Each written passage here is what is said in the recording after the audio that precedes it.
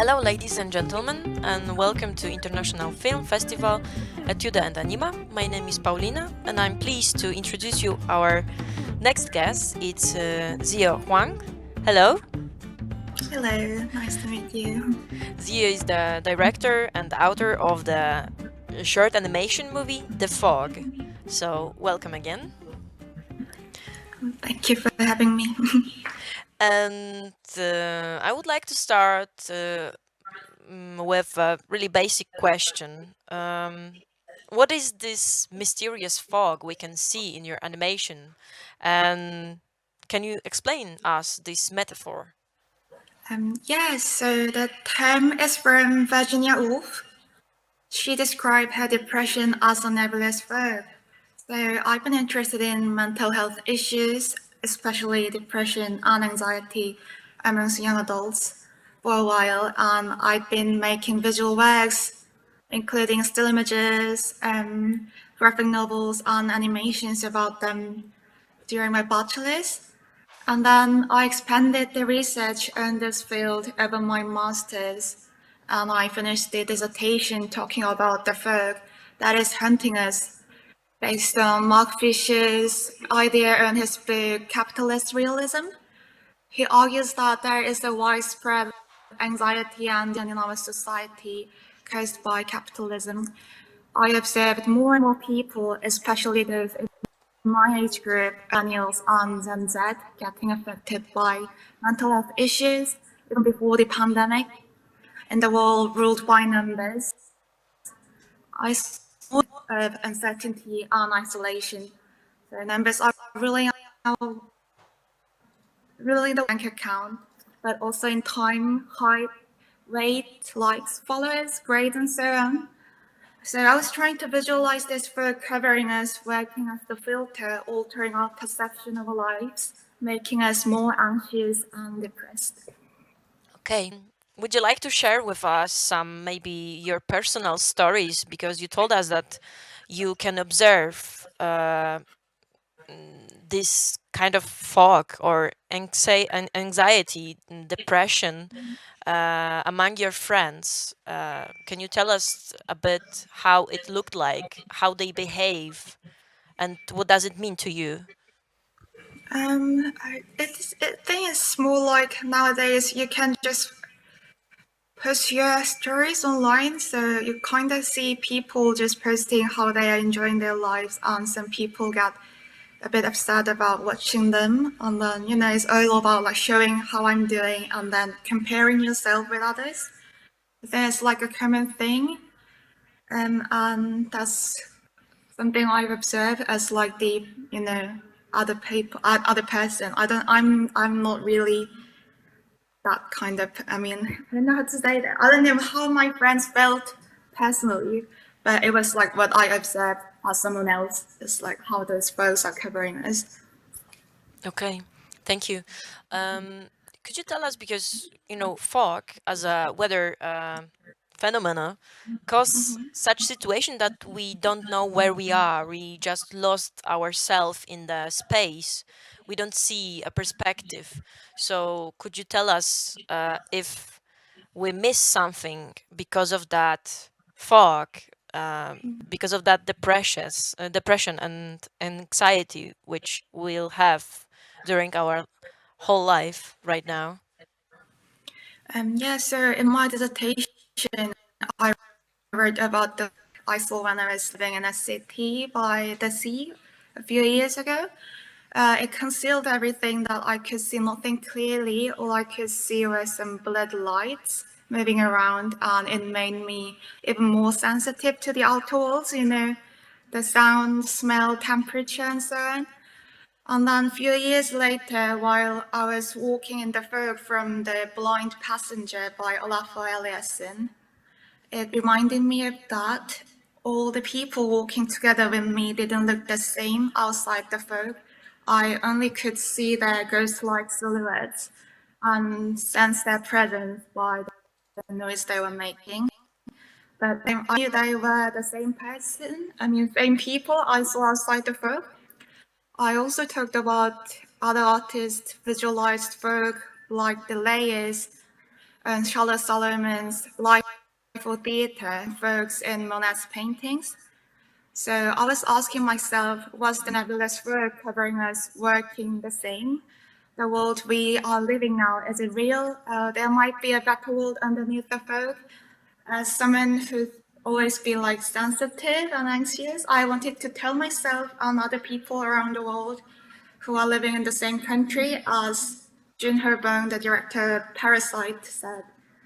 Now, we all live in the same country now that the capitalism, so that you are not the only one who is walking in this thick fog. Mark Fisher also talked about the cancelled future according to Derrida's ontology, which I found really interesting and could relate to. We live in the past, thinking about all the good things happened in the past, so we can't enjoy the present or thinking about a better future to come. So it is completely like walking in the fog that you don't know where to go or where you are going at the moment.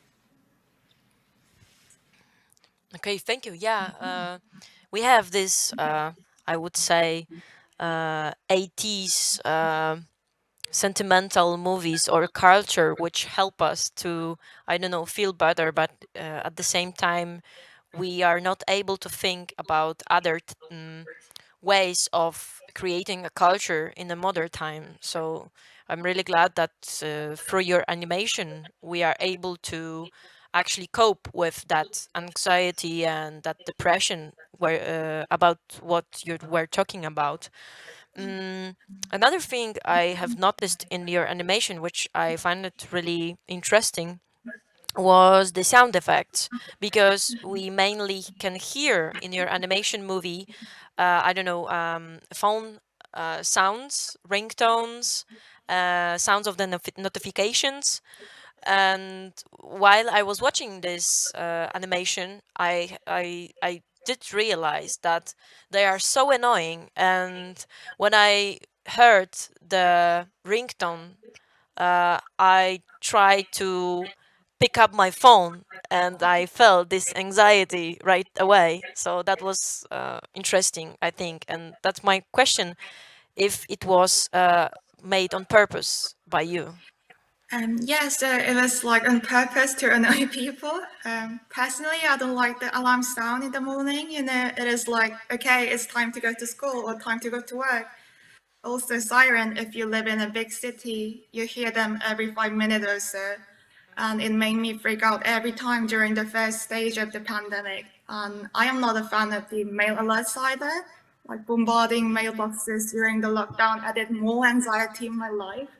So I wanted to use the sound effects as a tool to make the fog even more annoying and scary thing in my animation. And since my animation hasn't got any spoken word, and that was on purpose as well, I wanted it to be understood without a language barrier. So I chose those universal sounds that you don't really need to explain what sound they are. Yeah, thank you. Another thing I wanted to ask you, but probably you already tell us something about it. I was wondering, because do we live actually in a fantasy? I mean, we all the time we are focused on our smartphones. We try to keep up all the notification. We try to be, uh, yeah, we try to read any message that come to us. And does that kind of situation, can that build the feeling of living in a fantasy? Would you agree? Yeah, so I spent lots of time daydreaming and thinking about absurd ideas. I was a kid who was into like fairy tales, fantasies, and novels, and I thought my life might be a game someone else was playing, like The Sims, or even like the film Truman Show when I was young. And to be honest, even now, it sometimes feels like that to me. So I've been using magic realism a lot in my previous work. Those fiction-like true and true-like fictional stories always amaze me. So I was always questioning how I could blur the barrier of them in text, persuasive that the audiences believes that it is actually happening and it is real, but actually it is not, and the opposite way around as well. In the end, the game character is observing the player in the player's real life in my animation. How can I say my dream is the dream world and my real life is my real life could be my dream self's dream world? Also, I found interesting how pandemic merged physical and non-physical world together, like you mentioned, like we now all live in the digital world, checking all the information online. So I finished my master's during the pandemic and everything with online remote during my master's. I didn't enjoy it at first, like lack of human contact and so on, but I found that it also opened another door for me to communicate with more people. So I thought this experience kind of inspired me to make this kind of work that could cross the borders in between two different worlds, if that makes sense. On the other hand, I was wondering how much I could trust the information I could get these days. More and more information has been moved online and they have been transformed from text to images and then from images to videos. They are being spread wider and faster than ever, and it's getting easier to edit them. Even now, me answering these questions on the screen might be really computer model designed to move and speak like a person. Yeah, I think that you bring up a very fundamental philosophical question. Are we free creatures, and is there any other creature which stands above us? And I found it really funny that you actually mentioned this Sims metaphor, because I think that this what can frustrates us, that we have to fight for our own identity, for our own freedom, and in the same time we are feel like a people from a game, or like a people who are addicted to, I don't know, social medias. So I found it really good at the metaphor to describe our situation right now, and maybe that frustration are also the thing on what we should think about. And I think that's what you gave us here in this animation. Yes, I kind of wanted to share ideas, like obsess thoughts and ask people, like, what do you think about, have you guys thought about this kind of thing? And then, yeah, it was kind of nice to share those kind of weird imaginations. Yeah, weird imagination and weird world.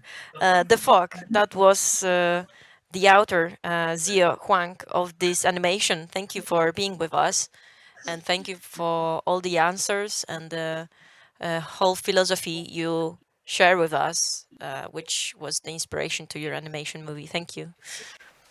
Thank you.